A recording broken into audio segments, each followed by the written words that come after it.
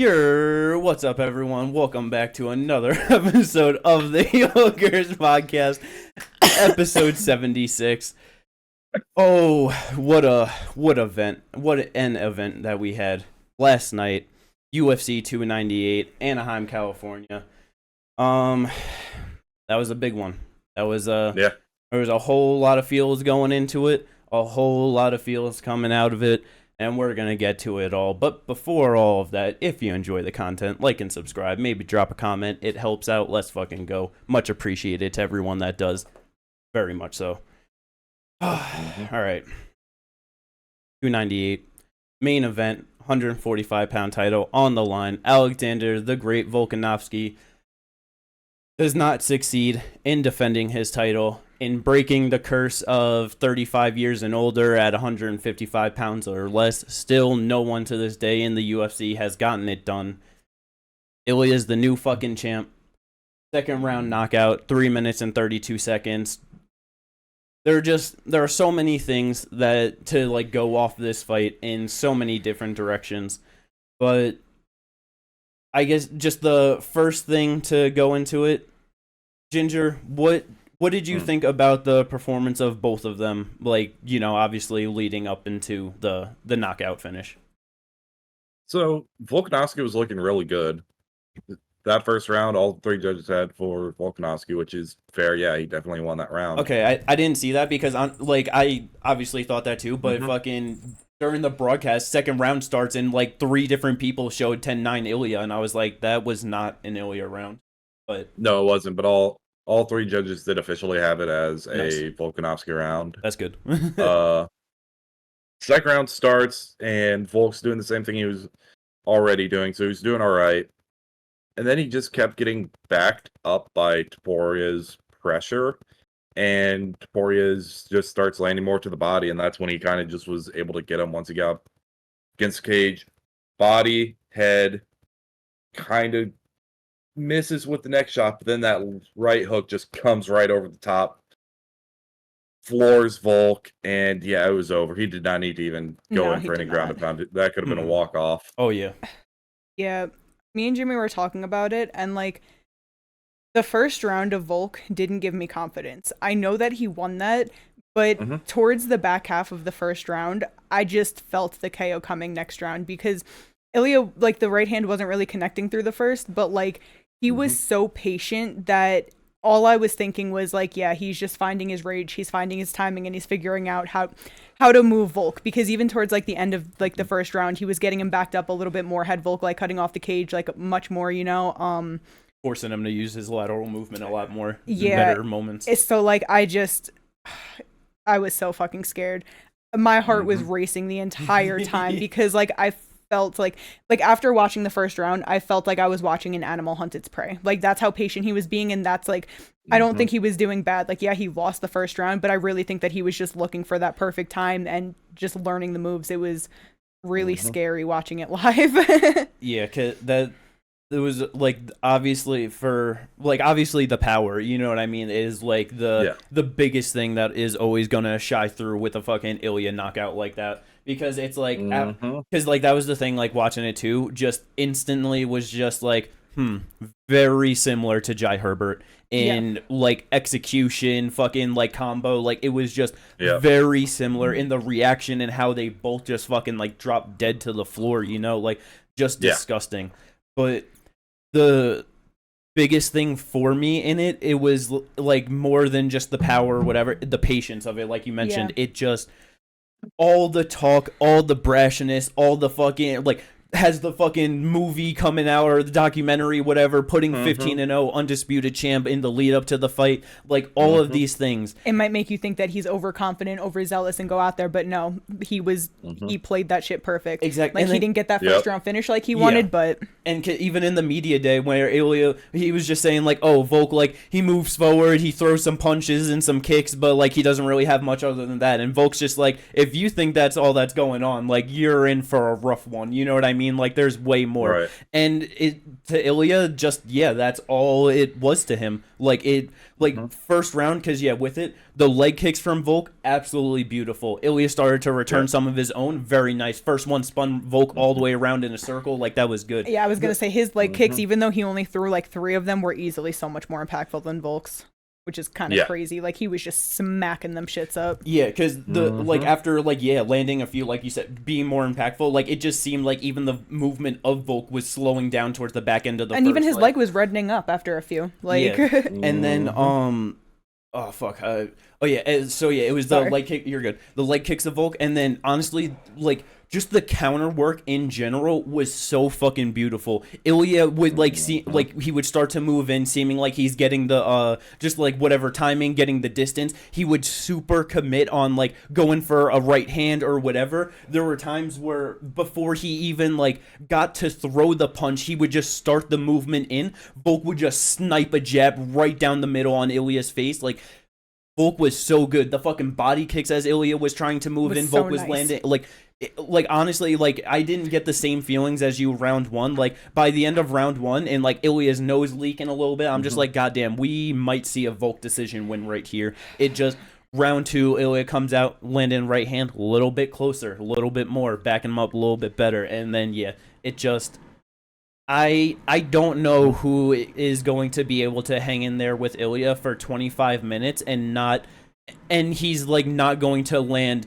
the vicious KO punch like that, and he's not going to be successful in it. Maybe he doesn't like fucking instant KO you, but like a Bryce Mitchell knocks him down crazy, submits him after. Josh Emmett just keeping him on the back foot and keeping him patient and hesitant, like to throw things because of that counter power. Like, bro, I don't know who's going to beat this man at 27 years of age, 5th undisputed champion in the featherweight division. And just like another thing with it too, every single featherweight champion before him has been an all-time great in their own way.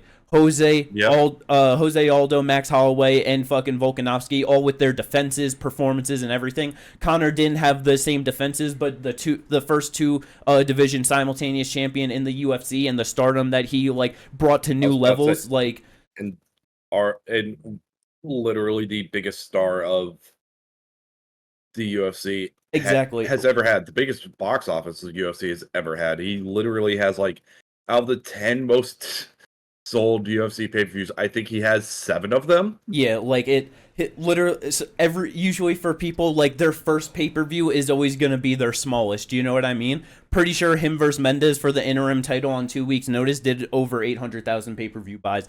Every single fight since then over 1 million pay-per-view buys. The only one I think since that was on 1 million on the dot was Cowboy when he returned in 2020. And that was like we all saw how that played out. You know, like 1 million buys on that, like just absolutely crazy. But to bring it back to Ilia, though, 5th featherweight champion, do you think that he's going to have the ability and potential to reach the same sort of heights and greatness that all his like predecessors before in that division have done? That's the thing. I think he does. Like, it just is one of those things where it's just like, because, all right, he just beat Volk, so he's going to be, he's going to be number 1, Max will be 2, Yair, Brian, Mozart. Bro, I feel like all right, let's get the easy one out of the way. He knocks out Ortega in under 1.5 rounds. Let's just get the easy one out of the way. Ortega he'll never be in a title fight again. I'll throw that out there now. He's not doing it. Well, I'm just going through the contenders at the top right now. I'm just like because he's going to lose to Yair anyway. Like, it doesn't matter. Like, I'm just saying, like, if we look through the contenders, all right, let's like kind of rank who has the best shot at doing anything against Ilia, which is why I put Brian at the back of the line. And then, like, you know who I think honestly has the best chance? Huh? You know who I think probably has the best chance? Who? I think Yair, in all honesty, probably has the best chance to beat Ilia. And I feel like it'll be similar reasons with like the Jai Herbert fight of just the height, the length, like his kicks are so dynamic. Like, bro, the first strike of the fight that Volk threw out was a head kick, and that got me scared right away. Like, just you know what I mean? It's like if anyone could like get him out there early, it's gonna be Yair. Yeah, I can see that. And then like, I think the person who has the best chance of taking him to a decision would probably be Max. Yeah. But I don't want that fight ever. Yeah, and like I was saying in the previous, it's like I just don't think that's I don't know, man. I really think that Max just gets beat up for 25 minutes, honestly. Like, oh, it's entirely possible. I'm not gonna say like that won't happen. Because also, please fucking, I hope that he doesn't get beat the fuck up by Gaethje too. Like, maybe he doesn't get like dropped or finished. Like, you know, maybe he still keeps that. But like, if he gets beat up and then the UFC is just like, oh well, he's still like done this at featherweight, so he's the number 1 contender at featherweight title. Like, they can. I really hope they don't do that either. Like that. That'll be terrible for Max. Yeah, I don't want to see that. Like, I know Max still wants to get the belt. He still wants to be there. But it's like he's been around for so long. He's been in so many fucking wars. Like, I just want him to have, like, big fights get paid. Yeah. Go the fucking Dustin and Gaethje route. You know what I mean? Like, I mean, Gaethje's still fighting people. But, like, just take the bigger fights. It's like... Yeah. Take the fights, get paid. Don't fight the contenders. Don't fight the current champ. Like, I know he's not a contender anymore. But you know what I mean? Like, just don't do it, man. Yeah. It's not even like the doubt for him. It's just the worry about him. You know what I mean? Like, he doesn't need to take more damage. Like, because, like, I mean, because that's the thing with saying that too. It's like, in all reality, like, it is still fucking Max. Like, if Ilia isn't able to put him away, bro, if Ilia's teeing off on him for fucking 15 minutes straight, like, what the fuck is his gas tank gonna look like? I mean, he easily beat Josh over 5, but, like, the first 15 minutes against Josh is different than first 15 minutes against Max. And then the back 10 is entirely different. Like, yeah, I was about to say, Max is one of those guys who builds as the fight goes. And that's why I'm saying it's not the lack of doubt. I just don't want him eating big shots like that, you know? Like, I get it. It's just like, but like, and that's where it's hard too, though, because in like the Volkanovski trilogy, it's like it's shown where it's like if you can like keep up with Max and like put it on him early, it's like he can't build as much because he has to like start the foundations of his style and then be able to progress. So if you keep on stopping it, like it doesn't like the progression is nowhere near as bad, you know. So it's like that's a thing with it too. Like if he does beat him up for the first 15, it might not be that bad of a last 10, you know, like. Right. And that's, well, the biggest thing with it is you can't let him get out ahead the way, like, a lot, like, because here's the thing, the way that Ilia fought that first round against Volkanovski. He can't do that.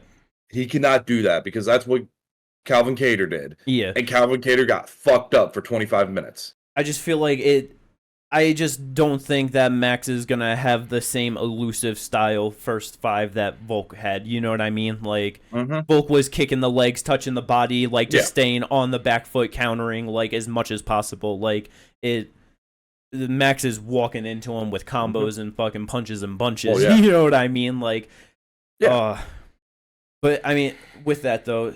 I mean, Ilia gets on the mic afterwards, says, Connor, if you got any balls, you'll fucking meet me in Spain. Get that shit the fuck out of here. I love that, like, a media member in the post-fight press conference brought up to Dana that Ilia was like, oh, he said that he doesn't want to fight all the top contenders. And Dana was just like, oh, well, that's great to hear. like I said, like, you know, just when he was saying that and it's just, like, holding up the division, I mean, Dana's not going to let Ilia hold up the division. No. At most, the biggest holdup we're gonna have is when are they able to book UFC Spain, and they're running Volkanovski back right away. Like, but so like, do you think that like the most likely outcome is we just get an instant rematch between the two of them? So, here's what I think, because I think it'll be an instant rematch for Volk. And what I mean is, he won't fight anyone. It'll be Volk's next fight. Yeah. Ilia, though, I kind of come around to your idea of if Sean wins, Sean versus Ilia.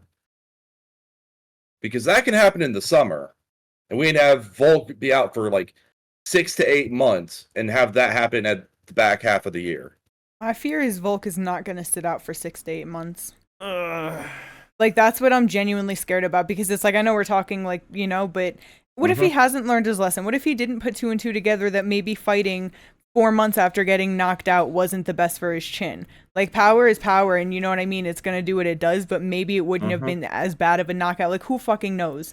But I just don't, I don't know. It's so hard to see Volk sitting out for 8 months. I feel like earliest, probably, because it's like, you just, like, obviously, like, UFC goes certain places, certain times, and, like, they started, like, recent deals with, like, Australia, I know, recently, so, like, I don't know if they're gonna try and go there, like, September with a pay-per-view or something, you know, maybe, like, I feel like it's doubtful they probably go August 3 years in a row to Salt Lake City. Maybe that's fucking not. Maybe that's where they're able to get UFC Spain the earliest, you know? Like, I feel like earliest it would, because Dana even said that it's going to be a pay-per-view, so it's like, you know, I feel like earliest it could be August, and even still that's 6 months out. Yeah, and that's literally in a 10-month span getting finished twice in terrible fashion both times. Like, well, why can't you run Sean versus Ilia as the first event in Spain? So, I mean, it's just hard to, I mean, well, you know, obviously there was a big bantamweight fight, like, you know, that we'll get to, but it's like, you mean with one guy Dana does not like in it? Yeah, but I mean, like, you know, with that, we can just, like, get into that, kind of bring it up quick, but, like, you know, Merab and Henry, beat Henry easily over 3 rounds. Dana said that he's next for the title. Like, so it's just like, I don't really know. You know what I mean? Like, I don't think that they're gonna, like, have Sean move up and then, like, sit out Merab for... Actually, I don't know, man. They very well could. They could do Merab Corey interim title. I was about to say, they can easily do Merab Corey interim title. Corey is someone who was also in that talks of deserving a title shot, definitely before Marlon, but like... The only thing I have to say to that, like, is I know that Sean is big name and they want to push him and stuff like that, but at the same time, when the media person asked Dana about, like, you know, Ilia and Connor and how he doesn't want to fight the contenders, he said no, he'll clear out the division and then we could talk about more fights. So, like, I don't know that before fighting Volk, he's just going to immediately go to Sean. That's true. And because it's like, and like, you just got 2 potential stars as champ, there is no real reason to cut one of them off so early. Yeah. Right. Yeah. Because I was thinking that it's like, then we could get, like, international fight week, July type thing or whatever. Yeah, Ilia, Sean, and then if Ilia wins, then, like, maybe December type shit fucking for Spain. But, it is probably more likely that they just sit Ilia on the shelf until Volk's ready to go whenever they get UFC Spain. That'll... And he's fine with that because he said that he's willing to fight Volk again in the rematch, but he doesn't want to fight other people. So... Everyone else doesn't deserve it, but he'll give Volk that rematch, so apparently. That's probably where we go off with that. Because with Volk, I don't want to see him at 45, honestly, anymore. I don't want to see him fighting in, like, big, tough fights like this. I'd honestly much rather see him go up to 55. I don't know. He's, like, even leading up to it, he said, like, just, you know, just talking about, like, oh, I could probably fight guys at, like, the higher weight divisions. I don't know, like, you know, if he were to go up to, like, 170, wouldn't want to see him against, like, a top 10 guy or some shit, but it's like, you could, like, do fun fights with Volk at a higher up weight, like, because honestly, something that, like, I thought about earlier, especially if Benoit Saint-Denis gets a fucking win over Dustin, let's say he finishes him, bro, Dustin versus Volk at 155, like, both coming off 2 knockout finishes, like, I know it's, like, it's not, like, the most hype in terms of that, but it's, like, I feel like that's a pretty good fight. They're both over 35 at that point, like, both coming off of losses. Like, I would, that's the kind of road I want to see for Volk. I don't want to see an instant rematch with Ilia. Like, I don't mind that. I know Volk, like, obviously, longtime reigning champ is, like, very deserving of an instant rematch, but it's also, like, when you have a fucking loss like that, it's just, like, it's just rough, man. Why fucking like Jose Aldo like didn't get a fucking instant rematch with Conor? Like they just move on to the next thing, Like it's a hard one. But yeah. At the end of the day, though, Ilia 15-0, great job for him. I guess he doesn't have to change his Instagram bio. No funny video with that. But yeah, we'll see where they go. Just also, I get like last thought on it too. Just so insane how time moves so quickly in MMA. Because like a year and fucking 2 weeks ago, Volk fucking undefeated in the UFC, just smashing everyone. And now at this point, he's 3 losses in his last 4 fights with a 2-fight knockout streak in a row. Like, time moves so fast, man. People gotta stop shitting on people so much and just respect them and just like appreciate what they do at the top because the time is so goddamn short. Like, I was about to say that's the one problem I think a lot of MMA fans have is they don't respect greatness while it's happening. They don't, and then they shit on them when they're gone because now they lost. So, he was never that good, and it's like, bro, fuck off. Yeah, or straight up. Even just like in my head with like Usman, it's like all the people that talk shit about Usman during his title reign and everything, and now we have Leon at like 2 title defenses, and people are like, damn, remember when Usman was champ? Those were better times. Like it's just it's like everyone complained that he had 5 title defenses against 3 people. Like he fought Colby twice, he fought fucking Masvidal twice. Like it. Like it, yeah. It's just the people who fucked all this up, and Stephen A. Smith and Skip Bayless, they fucked up sports takes forever. I swear to God. I don't know shit about them, so I just know Stephen A. Smith's good old uppercut. But yeah, moving on from the amazing main event though to an amazing co-main event. The biggest question I have about this: Robert Whittaker versus Paulo Costa. How is this not fight of the night? I have no idea. I don't understand. But Bobby Knuckles gets the unanimous decision over Paulo Costa. Okay, so there are so many things with this fight, honestly. One, way to go for Whittaker to come back after such a tough loss against Dricus. And to have that kind of fucking gritty performance against Paulo Costa. Yeah. Because every single part of that fight, like when Paulo was landed on Whittaker, it was just so fucking damaging. Like, I feel like the biggest difference in this fight and why Whittaker won this at the end of the day, I really think it was a mindset thing. Because even Whittaker coming into it, he was talking about how, like, it was a mindset thing against Dricus. He wasn't hungry. He wasn't working that hard. He, like, in the gym, in the training sessions, he wasn't trying to, like, just win every exchange, just go after it. Bro, when he fucking was walking out and the look on his face, like, I had fucking chills thinking about it. Like, you saw how badly he wanted this fight. And it just showed throughout the entire 15-minute performance. He was going after it, trying to fucking take Paulo Costa out. Bro, you've seen the Reaper in him. Like... Yeah, exactly. And Paulo, he gets hit with the big shot. He smiles. He laughs. He sticks his tongue out. Just all the fucking gamesmanship that he consistently does that just fucking keeps him a little bit behind in some of these big fights. You know what I mean? Like, in the Yoel Romero fight, like, he got that decision win. I thought that he lost it, like, when I was watching it live. Like, I thought that Yoel just edged it. Like, fucking Vettori beating him. Like, if he just does a little bit more in certain moments, it's like he could be getting the win, you know? Like, but even with that, this was by far the best Paulo Costa that ever walked out to the UFC octagon. Yeah.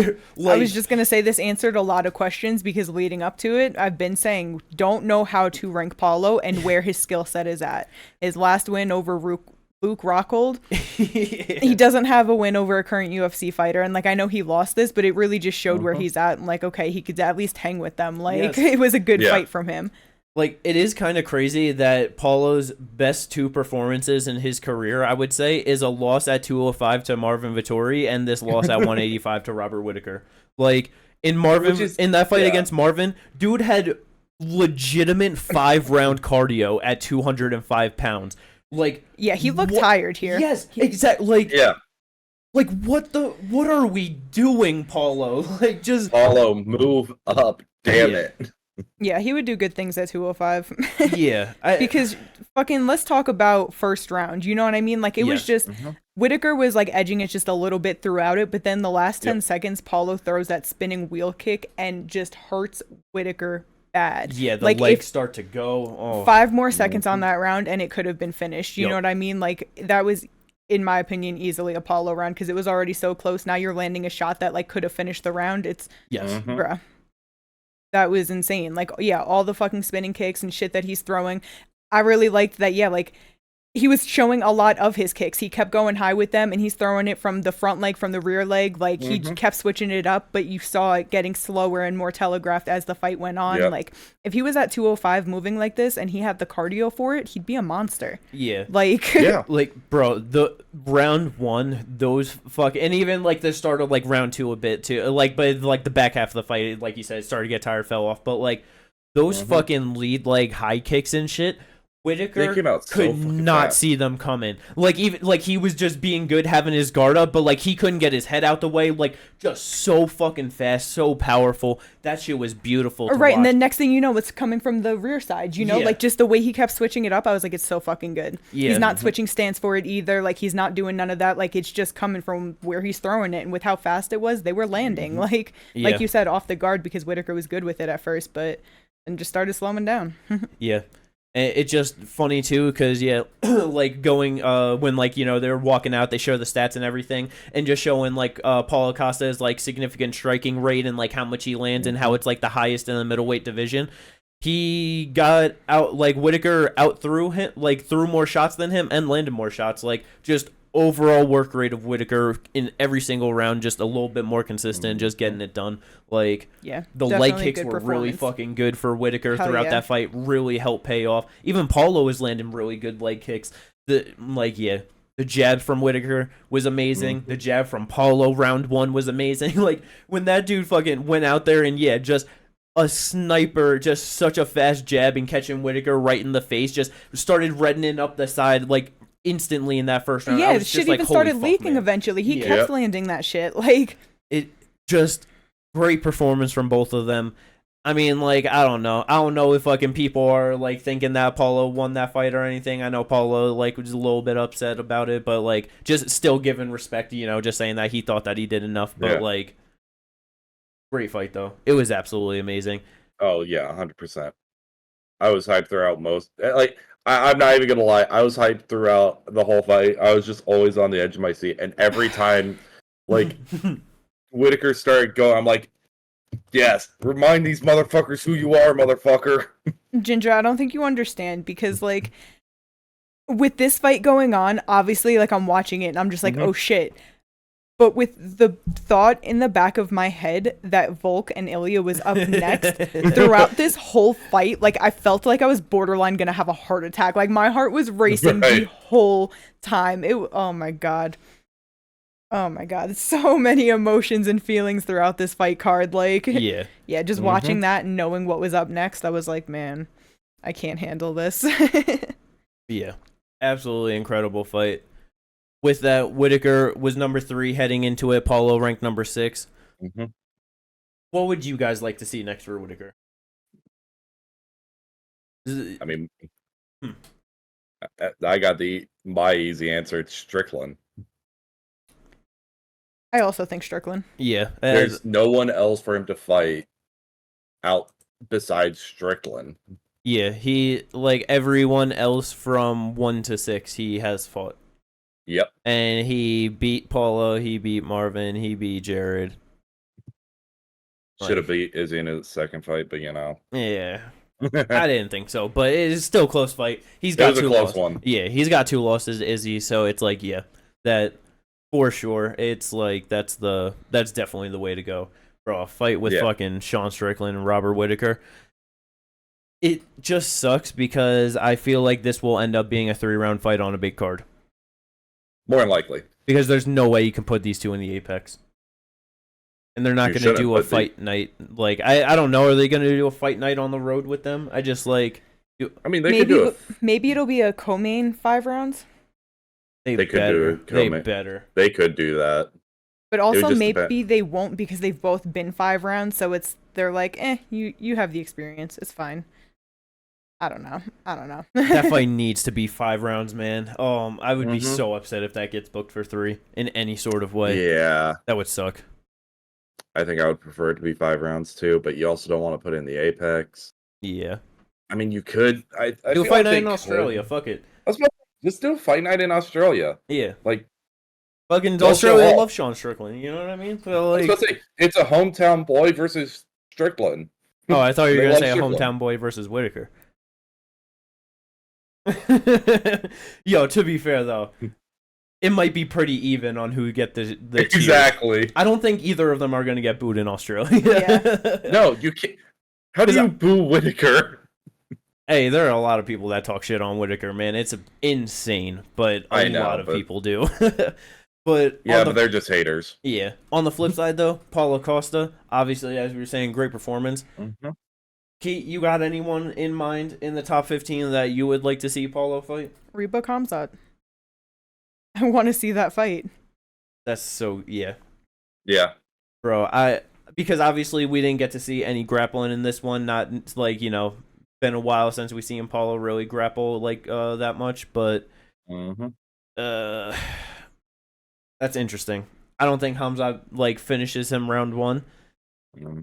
And then we see that has to be a 5-round fight too. Look at that 205 5 rounds. That's what I was just gonna say. Was let's have this fight at 205. It's fine. It's fine. Maybe it does have to be 3 rounds if it's 185. Yeah. If it's 185 and they make it into the 4th round, oh my god. Okay, here's the real question. Here's the real question with that fight. Who has the worst cardio in the 4th round at 185? I genuinely don't know.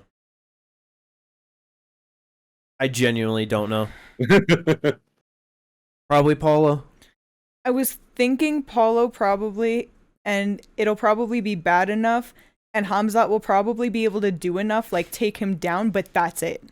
Like, I think that he'll be able to get 1 takedown per round, but with each takedown, if they don't get up, neither of them can do it. I was about to say, I think Patty versus Tony's him. I think by the 3rd round, like, it's gonna be Hamzat just, like, pressing Paulo onto the cage, and he's just gonna be, like, resting his head on his chest. That's true. Yeah, that's actually... Like, that's more likely for Paulo's round 4 or 5. a big, strong dude, you know, like... I feel like if Hamzat's tired, I don't know how much he's moving Paulo. That's true. Like, but he's if Paulo's naturally tired, way bigger. I don't think he'll be able to defend much. The problem is it'll just be like moving a sack of bricks, you know? He's like, I can't do it. Looking for... Okay, new idea for, like, mainly heavyweight fights, but also just generally people with bad cardio. You book a 2-round fight, and if it needs a sudden victory 3rd round, then you go there. But just book it for 2. So if someone just wins the first 2, then it's over. You know, don't put it into the 3rd. We don't need that. But then if it's 1-1, then we get a 3rd. The idea originally stemmed from thinking about the main event of Jairzinho Rozenstruik and Jamil Gassador. Yeah. See, I was gonna... See, you said that, and my first thought was, oh, okay, Pride rules, 1 10-minute round, 1 5-minute round. Let's do it. No. 5 minutes. And maybe even, depending on the guys, like, you could do, like, 3 or 2 minutes in those 2 rounds, you know? Like, it's... You Give gotta... them an amateur, like, rule set, you gotta help them out, you know? These guys don't... They don't got the cardio. BKFC rules. It's easy. 5 2-minute rounds. Simple. Bring back knees and kicks to a grounded opponent. No, yeah, for sure. Easy. 100%. I agree. But yeah, great fight between the two of them, though. The featured bout on the card, easily the worst fight on the main card overall between the 5. But it still wasn't even like that bad of a fight in all reality. It's just everything else was so good, so it was just really like it just felt like a big drop off. Ian Machado Gary taking on Jeff Neal, the biggest opponent and the toughest opponent that he had to face to date. Gets the split decision win. Ginger, Kate, you guys agree with the decision that Ian should have gotten it done? Yeah. Because a lot of people seem to feel like Jeff Neal got robbed in that fight. I wouldn't say got robbed, but I was like, robbery. I was legitimately at the end of it like, this could go either way. Yeah, I mean, round 1 and 2 were super close. Their Yes. striking numbers were super close. But I think that Ian was doing a little bit more. The most significant thing that I can remember from Jeff in the fight is how much he was clenching Ian on the cage. And that is not, like, that doesn't count for anything. Like, okay, you got some control time, but he wasn't doing anything with it. He wasn't throwing no knees in there. He wasn't landing no shots to the body. He wasn't doing no clinch work. He was just holding him there. So good for you, I guess. Like, you were able to hold him for a bit, and then he'd get out and, like, throw a combo. Like, I don't know. It's just...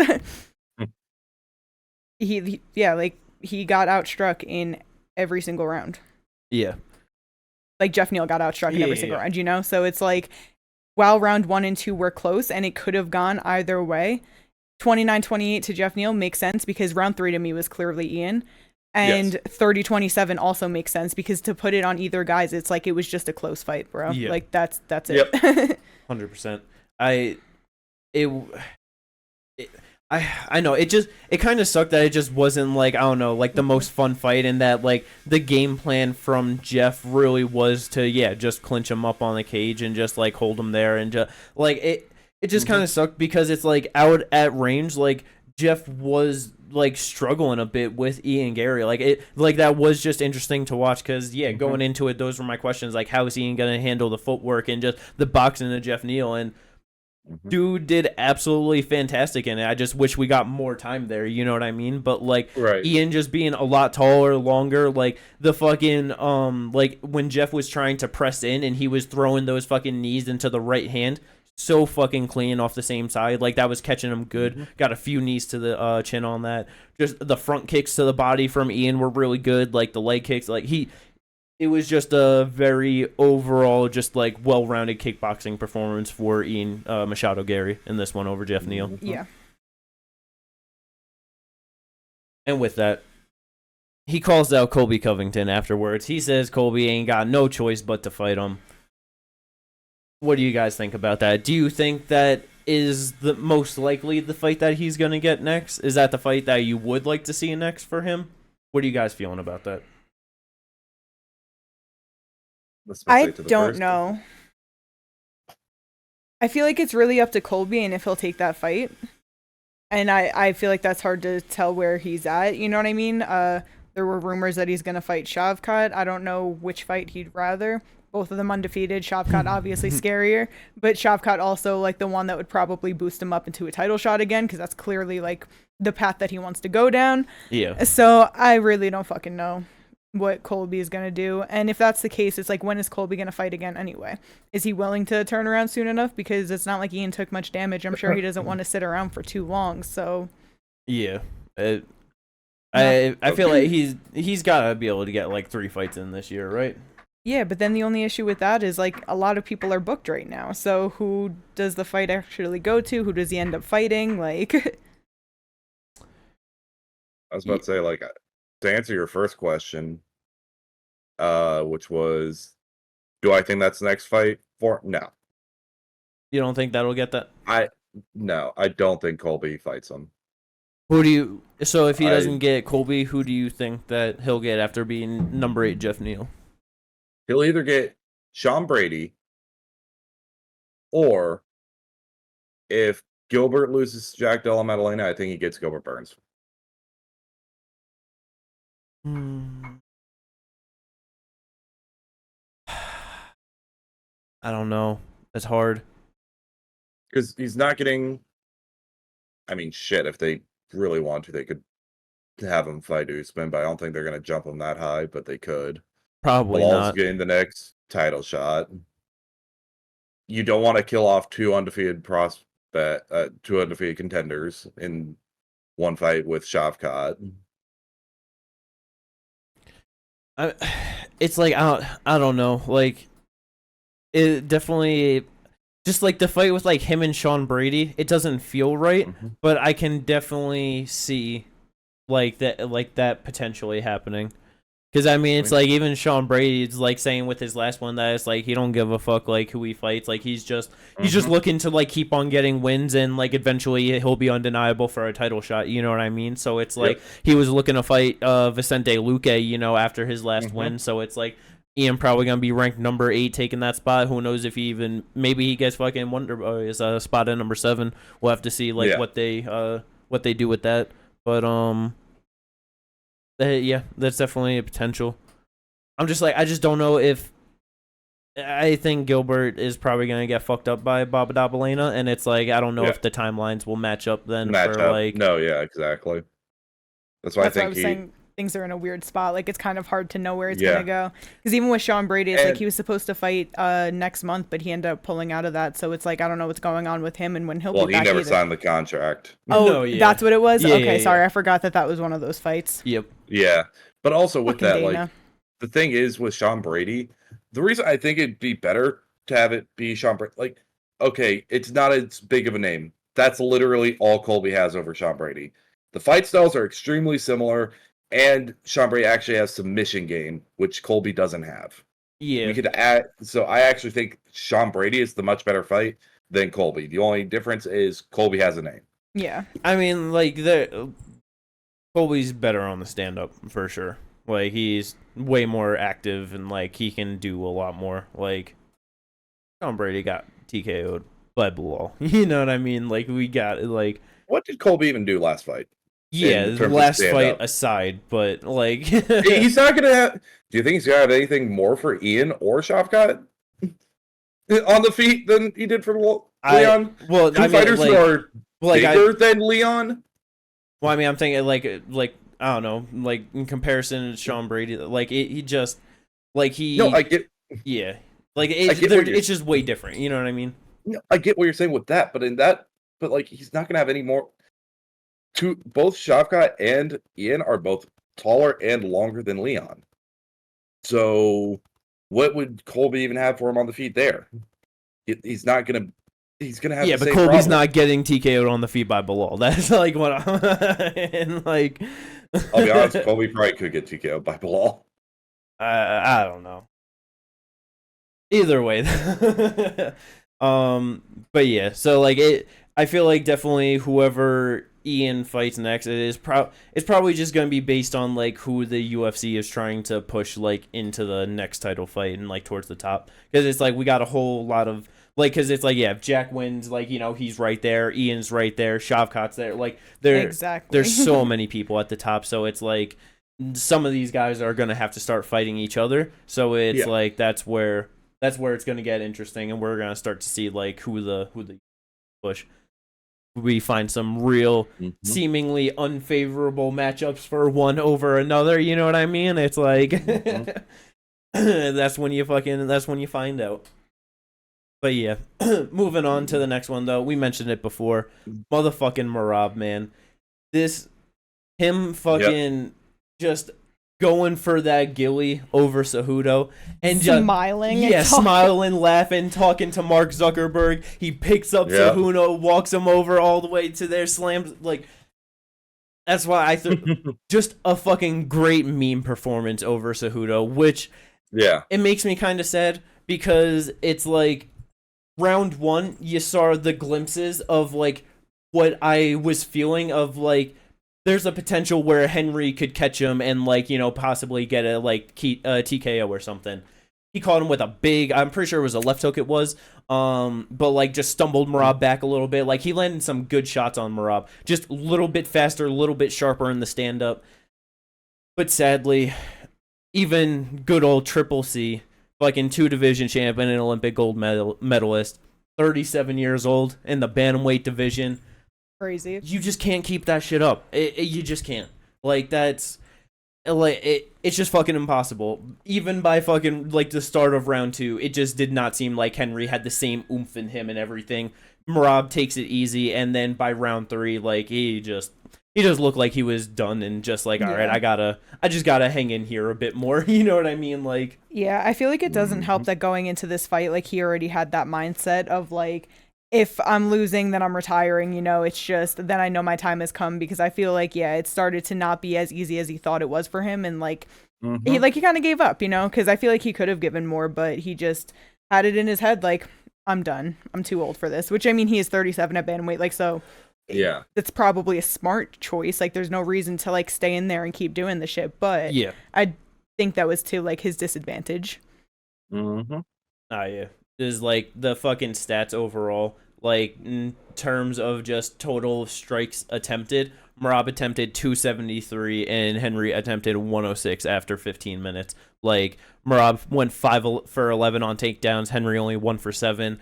It just like, as a aging guy in the division, it's like you're fighting the motherfucking machine, the dude that does the fucking most out of anyone in that division. Like that's heading into it. It's like, yeah, I feel like Henry's more technical and like better than him, you know, like in certain areas, but it's like Merab just makes up for it because like I just do a lot.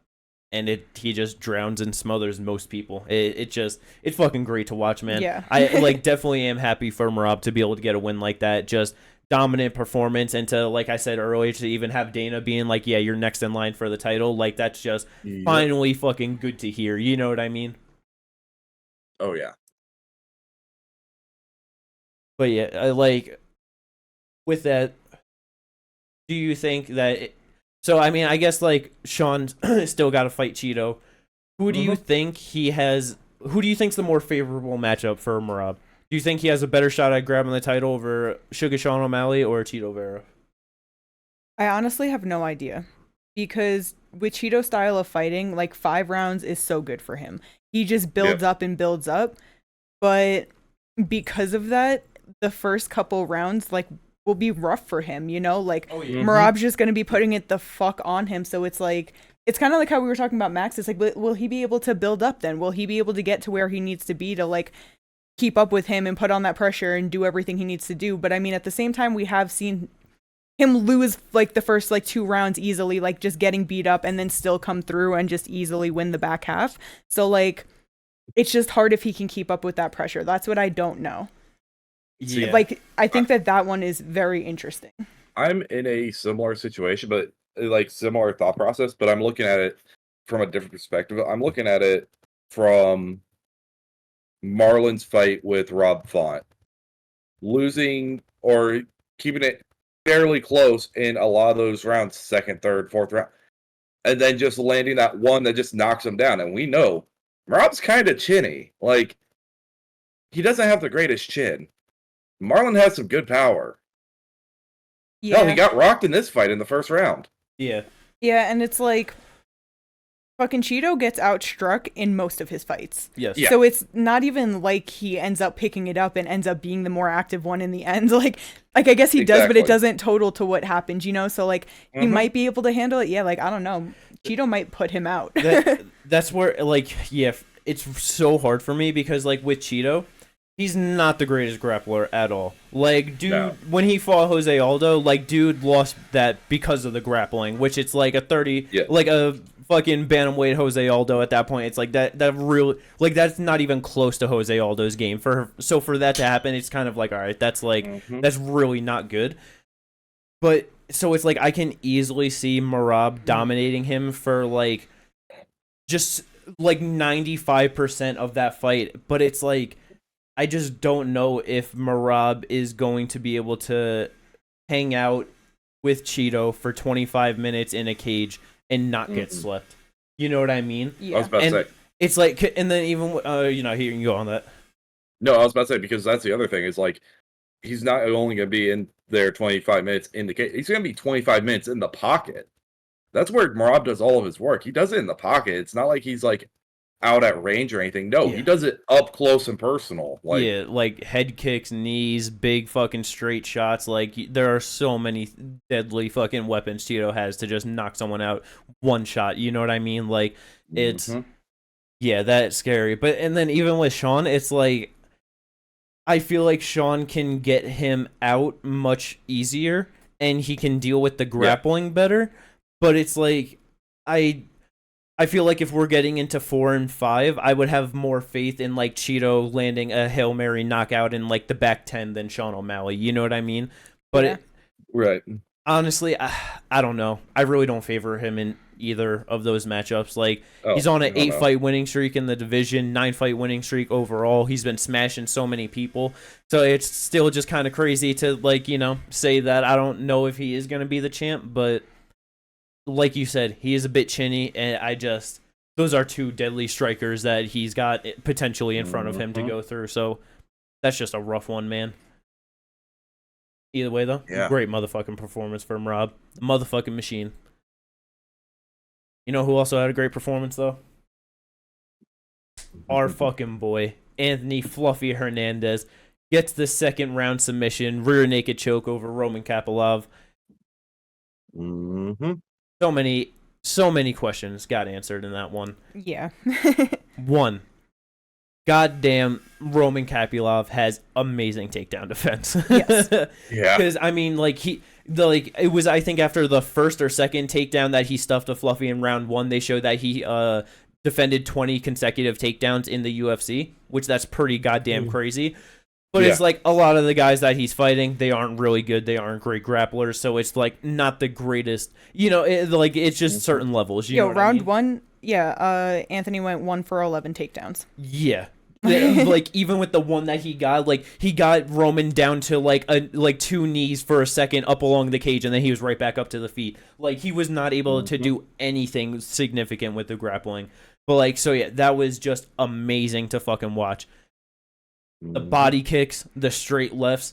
There was a couple of those that he was landing in the first round on Fluffy, where like Fluffy started smiling and stuff afterwards and just playing it off. I'm just like, you're getting knocked out. Yeah, like I don't think that you can just take these, man. Like this. Yeah, Roman was on the longest active knockout streak in the UFC. Like, yeah, you saw that, and it's like, okay, you're gonna make number 5, huh? Yeah, it was definitely scary, and especially defending all the takedowns, like just crazy. But Fluffy just, as we were saying in the preview for it, just nonstop pressure. Like you said, shot 11 takedowns in that first round. Like, dude is a middleweight, and he shot 11 takedowns in 5 minutes. Like that. Yeah. That's pretty fucking crazy. No one's doing that. Constantly pushing forward on like big loop and right hands that were just really catching Roman Kapilov off guard. Just like started to get his nose busted up like throughout the first round and like into the second. But yeah, by the second round, Roman just could not hang and just deal with that pressure and the grappling anymore. Gets him down. He was going for the rear naked choke at first, but it was on the chin. You saw Roman wincing. It wasn't good, but he wasn't gonna tap to it. Slips it under right after. Starts fucking like shaking his head to the crowd, just like I got this. Yep. And because he knew it was under, it was tight, and then Roman finally, he tapped before he was about to sleep. Yeah, for a second I didn't think that he was gonna tap, and I was like, oh, he's going to sleep. Yeah, and then it came real quick. On the chin, he was in like what is this, gable grip? I can't remember. Yeah. He had this type of grip, but once he slipped it under the chin, slips right under here, there was nothing that Roman could do. Yeah. Once he actually slipped in that RNC like that, done. Yeah. Beautiful work. Yeah, just fucking beautiful. Like you said, 5 fight winning streak now with 4 finishes on there. He was ranked number 15 heading into this. Roman was unranked. It was short notice. He was supposed to fight Ikram. I feel like with that kind of a performance against a guy like Roman Kapilov, don't do the disrespect of like, okay, now defend your ranking again against some like fucked up and coming guy at 185. Yeah. I feel like he deserves a fight moving up for, you know what I mean? Yeah.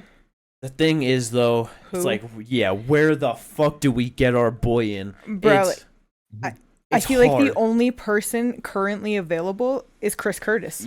That's literally the only person. Kaio's fighting Paul. I mean, Hamzat's there, but like, don't do that. You know, Hamzat's going. Yeah, exactly. Like we know they're going like up. A top 5 guy, right? Like they technically could do Hermanson, but it's like with Hermanson just defending his spot against an unranked guy. I know Fluffy at 15, but he called for Imavov. Where else is Imavov gonna go either? So it's like, just fucking do that. Yep. Dolidze just lost. Allen's booked up. Paulo just lost. Like literally everyone is booked or just fought, and I'm sure the only person willing to fight anytime soon, because Chris did just fight, would be Chris though. So I think if he wants to fight soon, that's the only route to go. Well, not gonna lie, I mean, depending on timelines and shit, I would love if they did him versus fucking Roman Dolidze. I'd be so okay if they booked that. Like, even if he's gotta like wait an extra 2 or 3 months or something, like, you know, like just whatever, it's like, bro, that would be such a motherfucking fun fight. Yes. Yeah. The grappling would be insane in that fight, not gonna lie. The striking is gonna be sloppy, but it's gonna be lethal, you know what I mean? Like, exactly. Oh, Yeah, but you're definitely right that almost 100% guaranteed the most realistic thing and it's probably going to happen is Chris Curtis. Like, that's the... Like, I mean, if he keeps up the activity that he had in 2022, then we can get the Roman Dolidze fight. But, I don't know. Last year fell short. And he's getting a bit older now, so, like, I don't know what's going on with him. 35, so it's just, like, probably Chris. Yeah, you're right on that. Either way, though, I'm excited to see him move up the rankings and fight some of these better guys because, goddamn, he's fucking good. Mm-hmm. But yeah, that's the main card, UFC 298. We did have some pretty solid fights on the prelims, some funny shit, some bad shit, some sad shit, some upsetting shit. Let's start with the biggest, I guess this was the fight of the night. There was no fight that was better than this.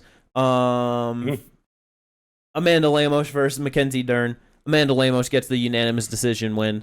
Yes. All of the things we said leading into it happened. Yeah. Everything. Yeah. Because Mackenzie gets fucked up on the feet. Amanda Lemos almost shits the bed. And then you're fucking beautiful. Like, oh, she's only going to lose if she, like, drops her and then just follows it up and then, like, almost gets sub. And like, then that almost happens. Amanda she is so fucking lucky that she still won this fight because she did everything to fucking lose. Yep. Like, yes.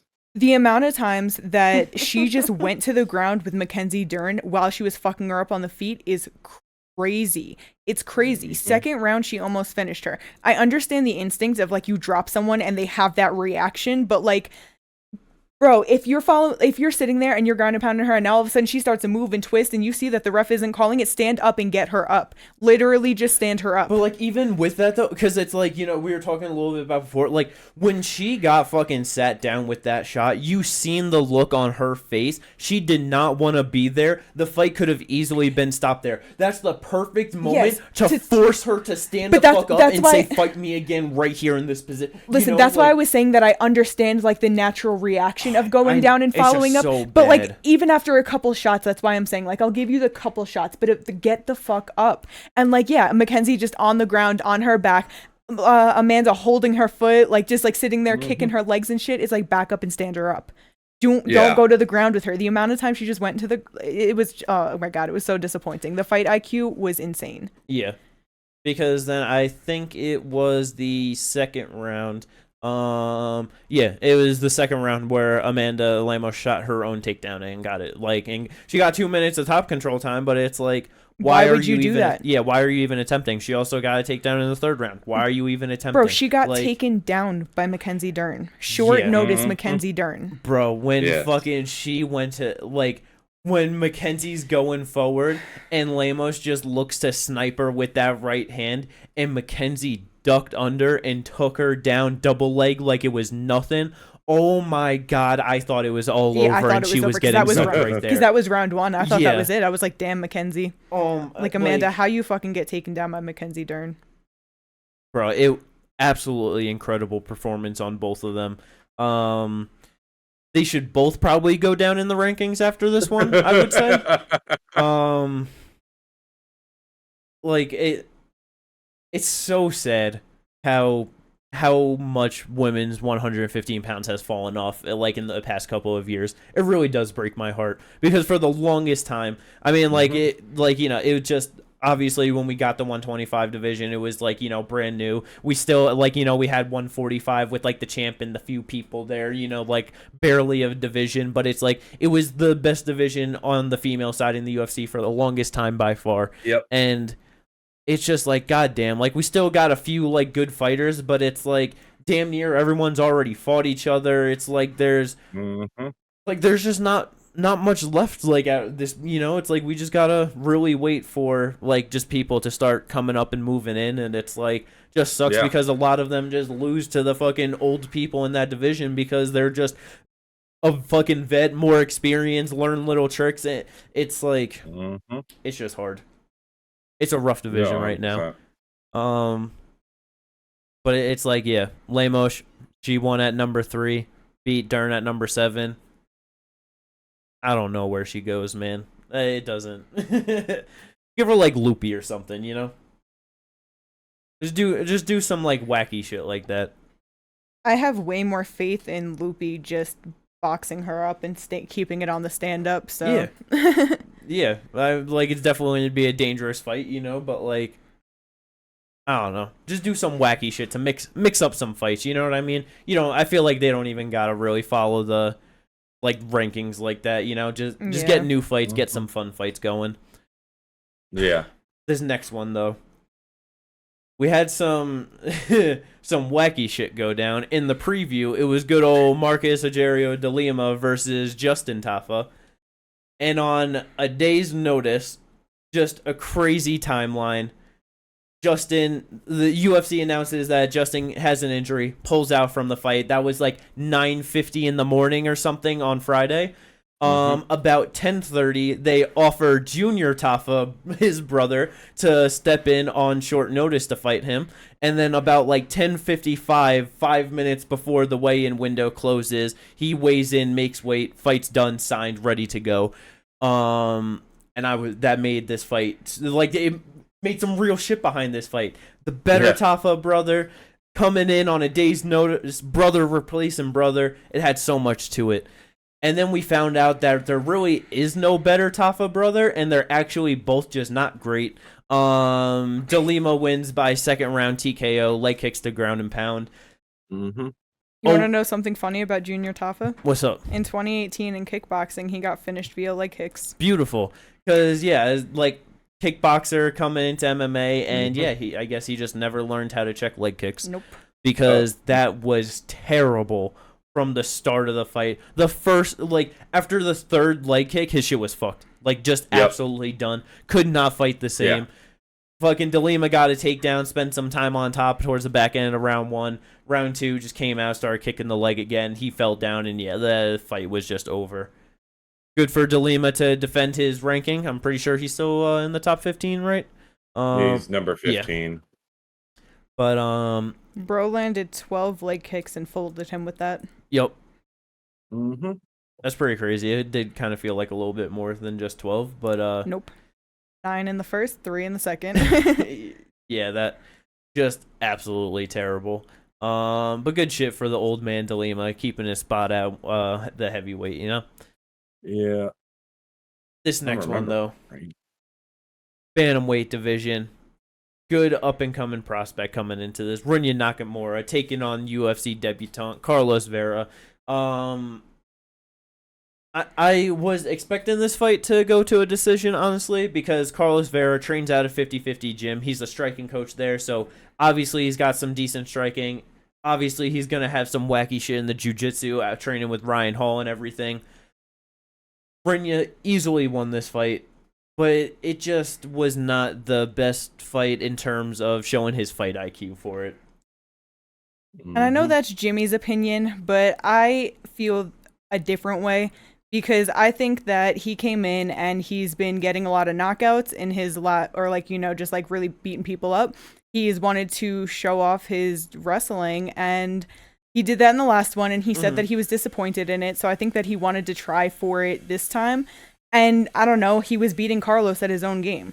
Carlos Vera, his like style of fighting, it starts with jiu-jitsu, like you could see it. He kept going for leg locks, he kept rolling for different shit. He kept he was really going for a lot of stuff. It was a lot of fun scrambles. Yeah, it really was honestly great to just see, and you're flowing beautifully with everything. Exactly. So that's why I don't think it was like bad fight IQ, because second round he took him down himself. Like he wanted parts of that. Like he must have seen that there wasn't much of a threat. He knew he can get through it, and we got great scrambles out of it. And he got to show off that not only does he have that good wrestling, but clearly he can survive. He can stay composed in those transitions and shit, get the best of it. You know what I mean? Like, I know dude's 36 making his debut, but it's like, obviously he is a skilled jiu-jitsu guy.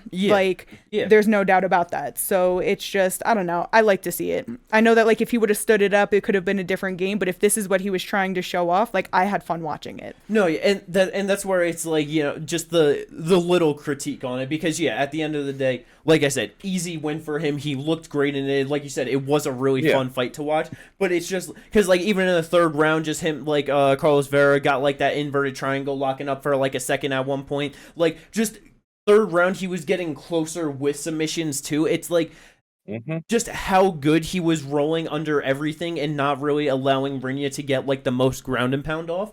It was just like it was just one of those things where like if he just like he obviously could have easily gotten out of every one of those things, stood up and just put a beating on the feet, but it's like, you know what I mean, it just like you said, clearly he wanted to go there, so it's like, so that's why I'm not like putting it to his fight IQ like his with Amanda Lemos, for instance. It's not like she was going to the ground because she was better. She was going to the ground because she's a fucking idiot. Rinya was going to the ground because he knew that he was better and he could do that, and that's what he wanted to do, you know. Well, like, I mean, I guess like it's kind of like, I don't know, like maybe it was like a bit of her just being like, nah, like I can do this, because she, you know, shot a takedown round 2 and 3 and got him, you know what I mean? Yeah, but like, I just still think it's dumb. I know for sure. Didn't both those get reversed? Didn't she end up on bottom at some point? She did get reversed in the second round, yes. Yeah. It's just like, you know, like it's just one of those things where it's like there's an easier path to victory and to like probably get a finish, and they just didn't take it. So it, you know, I mean, shit, with him being a striking coach, maybe he didn't want to do that. It's. I don't know. Like maybe it wouldn't want no part of the feed. You know what I mean? Like I know. I forget if it was the second or third round, but he just threw a big kick and then just fucking rolled like through and fucking fell right on the ground. Like he used that to be like, all right, just come here. Like, yeah, it was round 3. I think that was after like one. They were saying you need to throw step in spinning, like because they knew he needed a knockout. They knew he needed a finish. And his shoulder, what was it? Left shoulder was fucked up. I forgot about that too. I don't know exactly how he fucked it up, but his left shoulder got fucked up during the fight. So probably just rolling for something. Rinya just it's grappling. Yeah, exactly. You fucking shit can pull tear and get fucked up so easily in the wackiest ways. Like if you're doing that shit for fucking like 15, 20 years straight, you're probably torn many things. You know what I mean? Yeah. It is what it is. But yeah, either way though, amazing performance for Rinya Nakamura. Great to see, just a very well-rounded fighter, and I'm definitely excited to see him start getting like better fighters moving up in the rankings, you know, and just actually start fighting top 15 people pretty soon, because I feel like he can definitely handle like some of them pretty easily. Oh yeah. And then I feel like the next real big notable thing on the prelims, Danny Barlow heading into this, another undefeated fighter. Making his UFC debut in this one against Josh Quinlan. A mismatch, we could possibly say. He just beat the shit out of Josh for basically that entire fight. And then third round, the right eye of his was just completely swollen, fucked up from that left hand. Left-handed God is his nickname, and it just smashed him. Yeah, I mean, I think it's also worth it to bring up Ming Yang Zhang. Only 25 years old. I mean, he's 17-6, but he's been fighting since he was a teenager, and most of his last loss came 5 years ago. With that, from that last loss, he is on a 10-fight winning streak now, all finishes. Yeah, but it's just like, you know, like he fought Ribeiro here, but like before that, like, you know, Road to UFC was a 7-2 guy, but then 1-3, 6-9, 9-6, 5-8, 2-2, 8-5. You like it. Okay, but I mean, still. I know that, like, that's honestly, like, with going into it, that's kind of why I thought that Brenson was gonna win, is because like he's got a lot of knockout wins, but he's literally fighting no one. Yeah, see, I didn't look at that, but I mean, he clearly has power, even if they're no ones, and he's young, just 25 years old, just got a nice knockout, so he'll be fighting better guys now, and we'll see if it keeps up. It's fucking 205, so these are the people that I want: first round knockouts and get the fuck out. Next fight. I was about to say, Jimmy, I'll admit, I was watching that fight because I had taken him, and I'm like, well, I done fucked up, and then all of a sudden, left, right, down, out. Like, I was like, well, fuck, maybe I wasn't wrong. Yeah, because I didn't realize, like, him being so young, honestly, like, with everything going into it, because it's, like, going back to his last loss, a first-round submission against a debuting guy when he was 7-5. Like, you know, it's, like, just seeing... That's really funny. I didn't look at that. It was, like, he's just got so many, like, just not great losses. He's been TKO'd 3 times already in his career, you know what I mean? And I remember noticing that, but I was like, okay, the last one was 2018, and then it was 2016. He's 25, so it was literally when he was fucking like 18, 17, like, you know. No, yeah, I definitely understand. at the end of the day, I'm not expecting much from either of these guys in the UFC in all reality. But yes, Zhang, beautiful knockout with that. He got himself a performance bonus. So I was about to say, made his professional debut 10 years ago. Yeah, it's pretty insane. 15. Yeah. But yeah, and then with the performance bonuses, went to Zhang, went to Fluffy, and then obviously went to Ilia main event. As we mentioned, fight of the night. Yep. Mandalay Mush, Mackenzie Dern doesn't make sense. Should have been Whittaker, Paulo Costa. But yeah, amazing card overall. Just so many good fights. And then that brings us into Tapology. We had a better week overall of like scoring, you know what I mean, and just getting points, getting things right in terms of the last few. But Jim Bob gets first place again. KT in second, Ginger in third. It was a good one. It was a fun one. But there were some scary ones too. Yeah, it was a rough one. I went against my heart in a lot of them. So did I. And that's what got me the wins. Like, I really wanted to do Henry Cejudo by TKO, and I really wanted to do Paulo by TKO, but I ended up going with Merab and Whittaker both by decision, and both of those, played out exactly like that. Like, honestly, on the main card, I did do pretty solid. Got the main card. Up until the main event, I did perfect. From Fluffy to Whittaker, I got the perfect on the second round sub from Fluffy, the decision with Merab, decision with Ian, and decision with Whittaker. All of those, but I had Ian third round knockout against Jeff. Did not play that way, but I did get the perfect in the main event. So both got 4 things perfect on the main event out of 5. Yeah, I was just Volk. I knew it was coming, but I wasn't ready, and I wasn't willing to vote against my heart. I didn't care about Topology. I didn't care. I was just like, no, Volk can do it. He can get the decision. He can survive. I just like watching the press conference. There was the part of me that was just like, I don't know, can Volk get it done? But I'm just like, nah. As soon as this fight got booked, I felt it in my heart that Ilia's knocking him out early. I was like, I gotta stick with my gut. And yeah, up until the fight, I just wanted to believe he could do it. But then once it came, I just knew what was coming. Yeah, didn't make it any better feeling though. No, not at all. But yeah, 5 weeks in a row now. Ginger, what do you got to say for yourself about Tapology this week? I took Jeff Neal and Volkanovski. That's what fucked me. Yeah. I had Tafa round 1 KO. I think we all did. Yeah, and that one, I said it even when I chose it. I was like, I'm doing this because I'll never vote for a heavyweight decision. Like the same way that I voted for Volk. In my heart, I'm always going to put the energy that I want, especially when it comes to heavyweight knockouts. Mm-hmm. I would have been wrong though, because if I was going to Lima, I was going decision. But yeah, I just had a feeling he could win for sure. I think in this fight in particular, Justin Tafa would have actually had a better chance. He's a southpaw. That inside, he wouldn't have been able to throw that outside leg kick like that. Yeah, that's a good point. But yeah, solid week in Tapology overall. What was it last year for you, Kate? Was it 10 or 12 weeks? It was like 11, I think. I'm pretty sure it was 11. It was something. Yeah, I don't remember. It was either 11 or 12, something like that. About halfway there. I can do it. I have confidence. I only got worried about Kate a little bit throughout this one. Ginger, you gotta step up your game. Nothing. He's defeated. It's not that I'm defeated. It's just I'm not gonna say anything about next week because, fuck, it's UFC. It's UFC Mexico City. I don't feel like I'm gonna do well on this one. Why? What?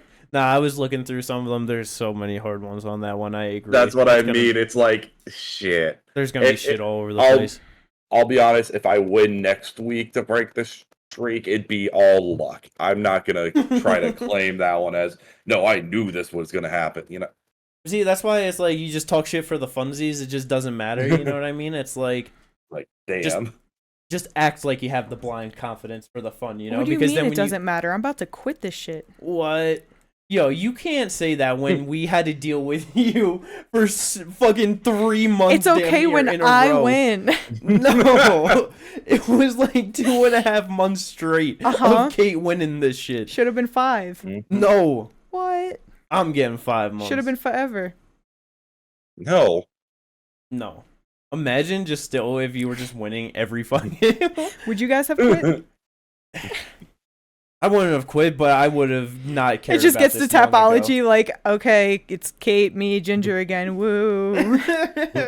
Hey guys, it's Kate, Ginger, me. Yeah, but yeah. I guess that's it. Yeah, there ain't much else to talk about. It was a great weekend fights, great weekend. Oh wait, I mean, one quick little mention, Ginger. I doubt you watched one championship. I actually saw the Haggerty fight. You did, bro. Yes. That shit was fucking crazy. Yeah, that was insane. I kind of forgot that was this weekend with all the emotion of yesterday. I forgot that was the day before. Leading into the fights yesterday, I had it in my mind of like, all right, quick mention of like, yeah, those fights on the podcast. But then after it, it literally just popped into my head because I said weekend of fights and I was like, there wasn't anything else, and I was like, oh yeah, there was on Friday. But yeah, Haggerty, Lobo, that was an insane fight between them for the one bantamweight championship for Muay Thai. Oh yeah, hell yeah!